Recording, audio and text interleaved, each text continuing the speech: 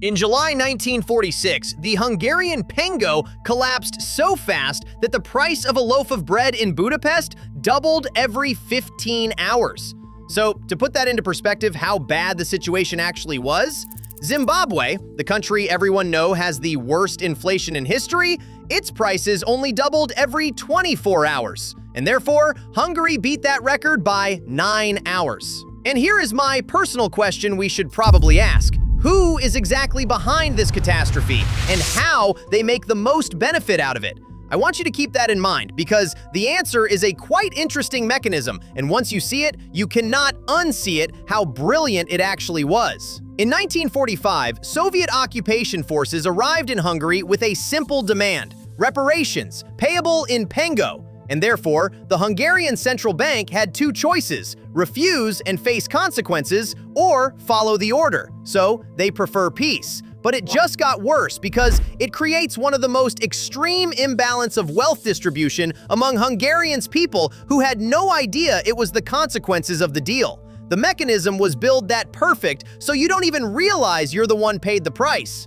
Zimbabwe's hyperinflation generated more international coverage than any monetary collapse since Weimar. Therefore, the 100 trillion Zimbabwe dollar banknote became a global symbol of monetary failure. But Hungary's equivalent event is equal to 500,000 times worse by the same measurement, and therefore, it's known almost exclusively to monetary economists and economic historians. And that's because of one reason: timing. Hungary's collapse occurred in 1946 before the infrastructure of global media existed to transmit its scale. In other words, the story just ended quickly in a way that left less dramatic residue.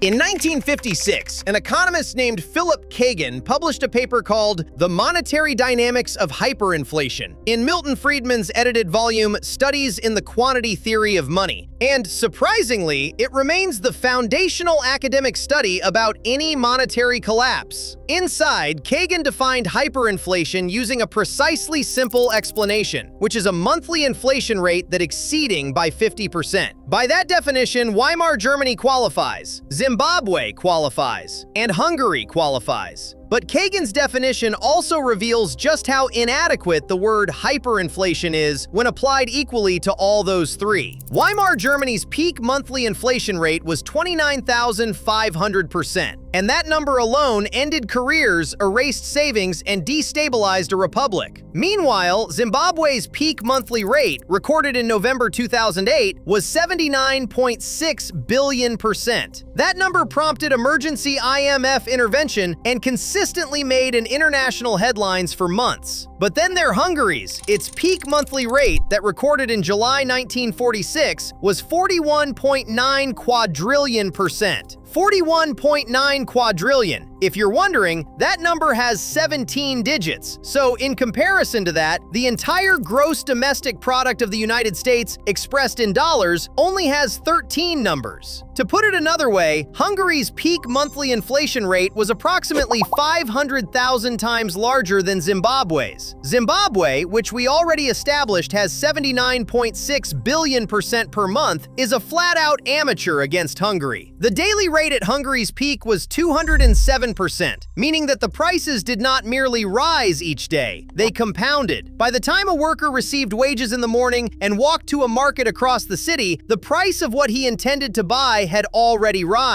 Zimbabwe's productive collapse came from different sources. In the late 1990s and early 2000s, land redistribution programs resulted in agricultural output falling by roughly 50% in 5 years. The farms that had constituted Zimbabwe's primary export base were no longer producing at scale. Meanwhile, Hungary triggers was entirely different from Zimbabwe. One was war and one was policy. But the structural result, which a government with fixed obligations and a collapsing tax base, was pretty much the same. And therefore, the response in both cases was the same: money printing. But this pattern is not entirely the political cause, but more about the fiscal structure. And that is what it seems to appear consistently across Kagan's full list of 57 documented hyperinflations. Every banknote ever printed is, in a sense, a statement of confidence. Basically, a government issuing a 1,000-unit note is stating implicitly that 1,000 units is a meaningful quantity. Therefore, it'll be worth the paper and the ink.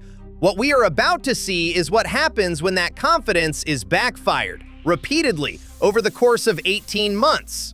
In 1944, Hungary's highest denomination banknote was 1,000 pengő. By January 1946, that note was functionally worthless. Therefore, the Magyar Nemzeti Bank responded by issuing the pengő, a 1 million pengő as a single unit, simply a new name for a new scale of collapse. Surprisingly, by March 1946, the pengő had also become inadequate. Therefore, the bank issued with the pengő, a 1 billion pengő as a single note. Only just for 3 months later, on May, the milliard pengő was released. It was 100 quintillion pengő with 20 digits. But then, by July 1946, the Magyar Nemzeti Bank had printed notes for 1 billion pengő, which is 1 sextillion, or 10 to the 21st power. That note was actually printed, but never made it out into the circulation. That because the forint replaced the pengő before it could be issued.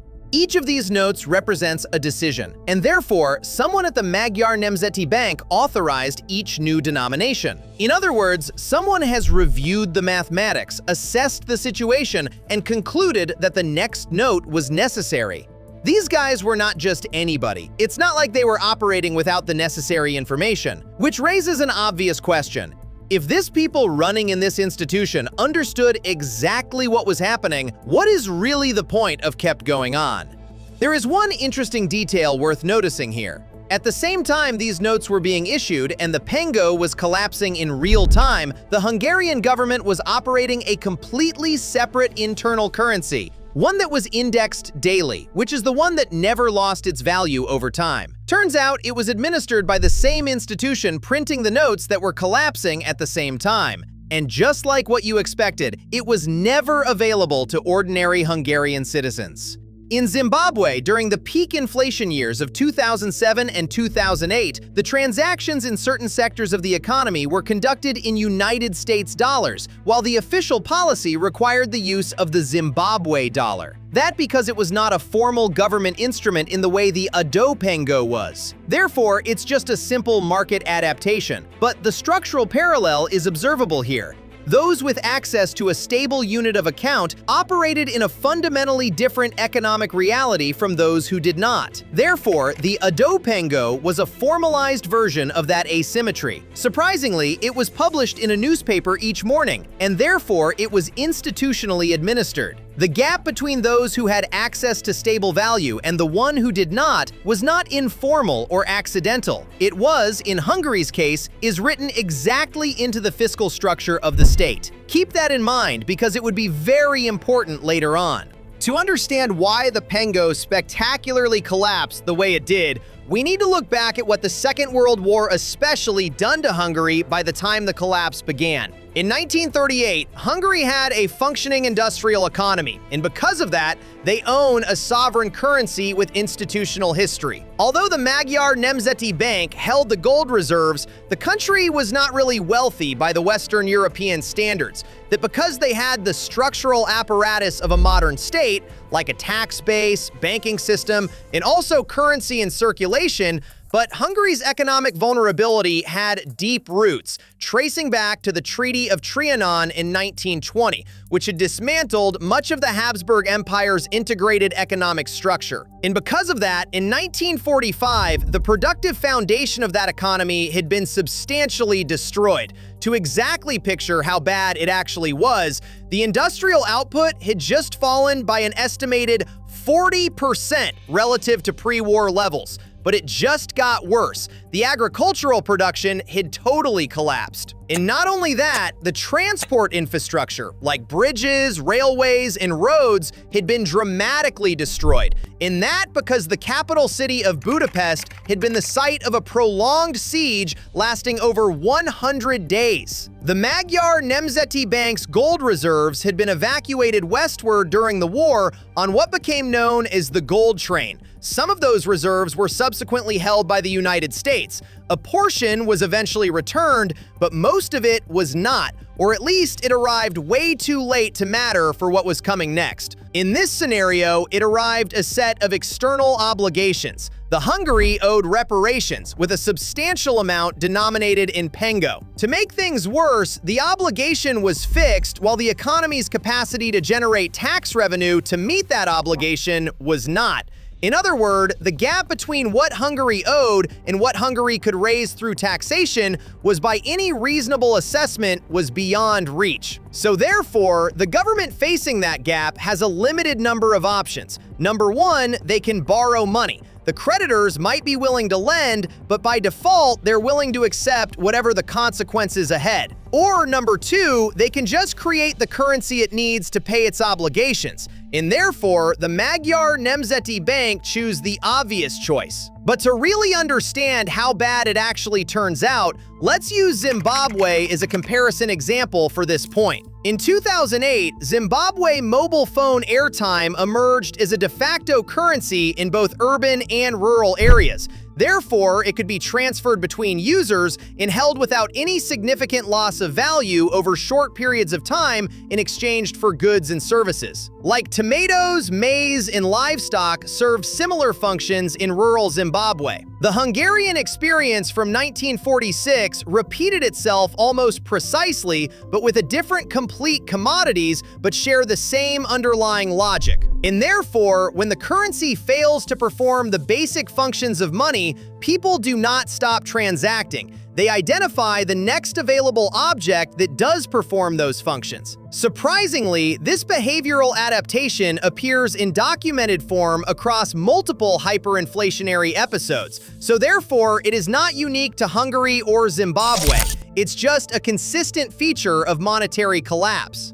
Here is the simplest form of explanation about the whole mechanism. Imagine a room containing a fixed quantity of bread, but the only way to obtain that bread is using the tickets. If there are 100 tickets and 100 loaves, each ticket buys one loaf. But if someone prints an additional 100 tickets overnight without adding any bread, each ticket now only buys half a loaf. The bread has never changed, but the tickets have, and every person who held a ticket yesterday now holds something worth less than they did the night before. This is, in its essential structure, what the Magyar Nemzeti Bank was doing to the pengo. The Hungarian economy, the room, and the bread had been significantly diminished because of war. The supply of pengo, the tickets, was expanding at 207% per day, but it just got worse. That's because the new currency does not arrive everywhere equally. It is created at a single point, like the central bank, for example, and flows outward through institutional channels. So therefore, the parties closest to that point receive the new currency first. They spend it at current prices before the broader market has registered the new supply. By the time the new currency has moved further from its origin, for example, like reaching the wage earners, reaching savings, and reaching ordinary household transactions, the price level has already adjusted upward to reflect the new demand. In other words, the first receiver of new money spends at yesterday's prices, and the last receiver spends at tomorrow's prices. The government collected what economists call seigniorage, the profit from creating the currency, while ordinary Hungarians absorbed the cost. In July 1946, especially in the final weeks before the forint launched, something unexpected just happened. The velocity of money, which the speed at which currency changes hands, began to slow down even before a single forint coin had been minted. I will explain exactly to you what do I mean by any of that. This observation was first formalized by an Irish-French economist named Richard Cantillon in 1730, more than 200 years before the pengo existed. Economists refer to it as the Cantillon effect. Somehow, it predates every hyperinflation on Kagan's list, and it basically predates the concept of a central bank. That because it is a structural feature of how money moves through an economy, and not by a product of any particular system or era. And therefore, in Hungary 1946, it was operating at 41.9 quadrillion % per month. Zimbabwe ended its hyperinflation in 2009 through a dollarization, basically the formal abandonment of the Zimbabwe dollar and the adoption of a basket of foreign currencies, primarily the United States dollar. Turns out it quite worked rapidly. Monthly inflation dropped precipitously within weeks of the policy change. But the mechanism, however, was structurally different from the Hungary's. That's because the Hungary built a floor from its own reserves, the golds held by the Magyar Nemzeti Bank, with the credibility established through institutional commitment to a fixed launch date. The forint's stability, or at least initially, rested on something Hungary itself could control. Meanwhile, the Zimbabwe's stability, by any contrast, rested on the Federal Reserve's monetary policy. Especially the credibility of the US dollar, earned over decades by a separate institution in a separate country, was borrowed and applied to Zimbabwe's domestic economy. Surprisingly, it worked as a stabilization mechanism, but it's never restored the Zimbabwe's monetary sovereignty. I want you to keep that in mind, because that distinction would be very important later on in the next chapter. Earlier in this video, we noted that the Magyar Nemzeti Bank was operating a second internal currency alongside the collapsing pengo. It was called the Adópengő. The name translates roughly as the tax pengo, and here's how it worked. Every day, the Magyar Nemzeti Bank published a conversion rate in the national press. That rate expressed the value of one Adópengő in regular pengo terms, adjusted daily to reflect the pengo's overnight collapse. Therefore, the Adópengő was indexed, because it tracked the real value and it did not inflate. Because of that, the Adópengő was used for one specific important purpose: the collection of taxes. Ferenc Gordon, the Hungarian Minister of Finance, authorized the first Adópengő tax bills on May 29, 1946. And here's how it worked. When the Hungarian government assessed a citizen's tax obligation, it assessed it in Adópengő. And therefore, when the citizen consulted the morning newspaper, they calculated the day's conversion rate and paid the equivalent amount in regular pengo. But the government would receive the equivalent of a stable inflation-adjusted unit, while the citizen paid in whatever quantity of collapsing pengo in that unit required on that particular morning. And because of that, the Adópengő did not exist for private citizens to save in because it was not available as a store of value for households. It was simply an instrument of the state, used by the state to protect the state's revenue from the inflation that the state's own institution was generating. But we are not drawing any conclusion from this, because we're just describing the mechanism that is documented and historically verified. The Adópengő existed while the pengo collapsed. By the end of July 1946, one Adópengő was worth 2 sextillion regular pengo. Meanwhile, in 2019, Zimbabwe reintroduced its own dollar. But then, by 2020, it was inflating again. That's because the dollarization of 2009 had resolved the immediate monetary crisis by borrowing credibility from the US Federal Reserve. Therefore, what it had not done yet was resolve the underlying fiscal conditions, the gap between the government obligations and revenue that had produced the hyperinflation in the first place. When Zimbabwe attempted to restore its own monetary sovereignty in 2019, those underlying conditions had not sufficiently changed. Therefore, the result was predictable in structural terms, even if the specific timing was not. Meanwhile, the Hungary's forint that introduced in 1946 with gold backing and a fundamentally restructured fiscal position surprisingly did not recollapse. The comparison between these two cases may be the most analytically significant element of the entire story. While the Adópengő tracked stable value inside the pages of the morning newspaper, ordinary Hungarians were navigating a daily reality that had effectively broke the most important rule about money. And here's how it worked. Workers negotiated to be paid daily rather than weekly, but then twice daily. And by the peak of the months in 1946, some workplaces were paying wages every few hours, not as a benefit, but as a practical necessity. That's because a wage that held for 8 hours lost half its purchasing power before it could be spent, and therefore the saving accounts became structurally irrational. A deposit made on a Monday was worth a fraction of its original value by Wednesday, not because the bank had failed or the depositor had spent anything, but simply because more pengo existed on Wednesday than had existed on Monday. In this case, the act of saving in conventional sense had become economically self-destructive. But then they come up with a solution. Hungarians began to transact used other things like firewood, textiles, eggs, cigarettes, basically in objects with inherent utility, which retained value across hours in a way that pengo could not. Therefore, the market economy that had operated on a single unit of account for generations quietly began reverting toward barter, not as a primitive step backward, but as a rational adaptation to a currency that was losing half of its value while you walked home.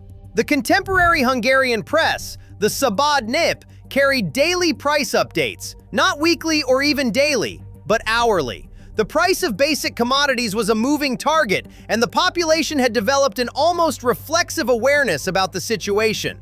Surprisingly, in July 1946, the Magyar Nemzeti Bank was printing notes faster than it could determine what exactly the denomination to put on them. In other words, the institution had lost control of the unit it was responsible for maintaining. On the 1st of August 1946, the Hungarian government finally replaced the pengo. But surprisingly, it's not done through a managed transition over months or years, but in a single day. A new currency, the forint, was introduced at a fixed conversion rate. Every pengo in existence was exchangeable for forint at that rate. And just like that, the pengo was gone. The conversion rate was 400 octillion pengo to 1 forint, which is 4 times 10 to the 29th power, and therefore it is the ratio required to realistically absorb the full accumulated money supply of the pengo at its point of maximum collapse. The forint had two properties that the pengo had long since lost, which is a credible institution behind it. The Magyar Nemzeti Bank is now operating under a restructured mandate to keep the gold. Hungary's remaining gold reserves, supplemented by a partial repatriation of reserves held by the United States since the war, were used to establish a partial gold backing for the new currency. Surprisingly, the gold did not really cover the full money supply at this point. That's because of what it provided was something more valuable for that specific period of time, which is a reason to believe. The forint's launch had been publicly announced weeks in advance. The date was fixed and the conversion rate was fixed. This pre-announcement was not merely about procedural, but it was more about basic functionality. That's because once Hungarians knew that a stable currency would exist on a specific future date, the incentive to spend pengo immediately began to diminish. In the weeks before the forint launched, the velocity of pengo transactions for anything before it lost further value actually began to slow down. Therefore, the announcement of the solution was itself part of the solution. Within 8 weeks of the forint's introduction, Hungary's monthly inflation rate had fallen to single digits annually, from 41.9 quadrillion % per month to effectively nothing. The same monetary system that had produced the worst inflation in recorded history in just a matter of weeks produced near-complete price stability. The speed of both the collapse and the recovery are, by any objective measure, is without parallel. When the forint launched on the 1st of August, surprisingly, the Adópengő was also retired. The parallel indexed currency, the one the Hungarian government had been using to protect its own tax revenues from the inflation it was generating, was no longer necessary. That's because the forint performed the function of the Adópengő that had been engineered to approximate. With a credible gold-backed unit of account in general circulation, which make the separate daily indexed instrument for state revenue collection had no remaining purpose. The Adópengő disappeared as quietly as it had operated, but unfortunately, it is not well documented in English-language sources. That's because it did not generate international commentary at the time. It was a technical instrument, used for a specific fiscal purpose during a specific period, and then discontinued. In the weeks and months following the forint's introduction, the behavioral patterns of the pengő era began to reverse. For example, the workers now accepted weekly wages again. Savings accounts were reopened. Market prices, no longer a moving target updated by the hour, became something a person could plan around. The barter networks that had emerged organically during the pengő's collapse contracted. That's because the trust in a new currency takes longer to establish than the mechanics of a single conversion event. Therefore, the trajectory was very clear here. Fortunately, the forint would remain Hungary's currency for 53 years, until Hungary's accession process toward European monetary integration in the late 1990s set the stage for an eventual transition. 53 years. The currency that replaced the worst monetary collapse in recorded history outlasted most of the governments, institutions, and geopolitical arrangements that had created the conditions for that collapse. Philip Kagan's 1956 paper documented 57 cases of hyperinflation across recorded monetary history. Hungary is one. Zimbabwe, which occurred after Kagan's publication, has since been added to the extended literature. Weimar Germany is also one, and there are 54 others, spanning the late 18th century through the mid-20th.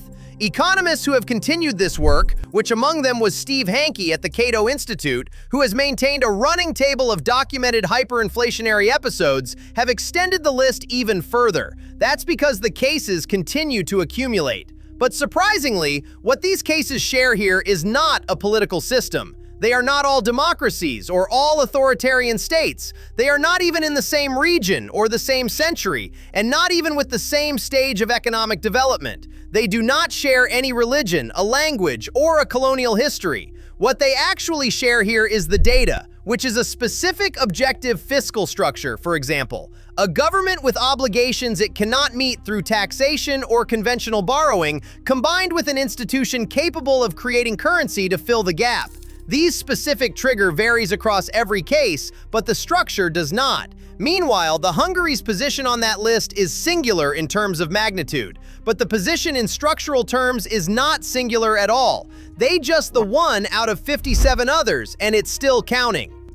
Let's go back to the bread doubling every 15 hours. That number is usually treated as a tragedy, where the government lost control and dragged its people down with it. But surprisingly, there's a legal document that makes that framing felt irrelevant. Under Decree 9000/1945, issued by the Hungarian Prime Minister's office, the pengő was the sole legal tender for private debts and wages. Therefore, a baker could not refuse it, a landlord could not refuse it, and a worker could not demand gold or US dollars instead. That's because in order to do so was considered as economic sabotage, which is a criminal offense under emergency wartime regulations enforced during Soviet occupation. In other words, demanding a real value instead of pengő was a fast way to end up in front of a tribunal, and the people knew about this. Therefore, they had to held the pengő, not because they believed in it, but because the alternative was prosecution. The Decree 11.600/1945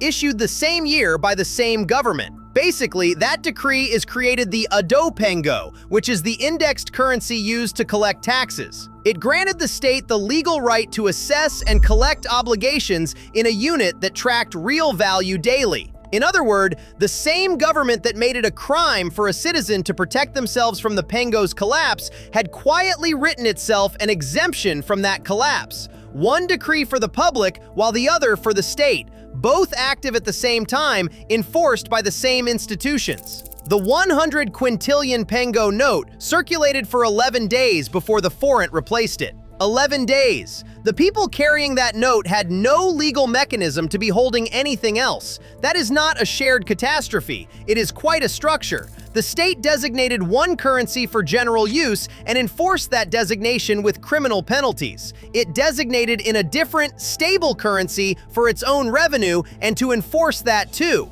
Therefore, the exit is existed the whole time, but it was just illegal for you to use it. Legal tender law doesn't guarantee that your money holds value. Instead, it guarantees that you are required to just hold it while it becomes worthless. The Adópengő is the clearest documented proof that when the floor drops, the architects had already moved to a different building. They just made sure the door locked behind them.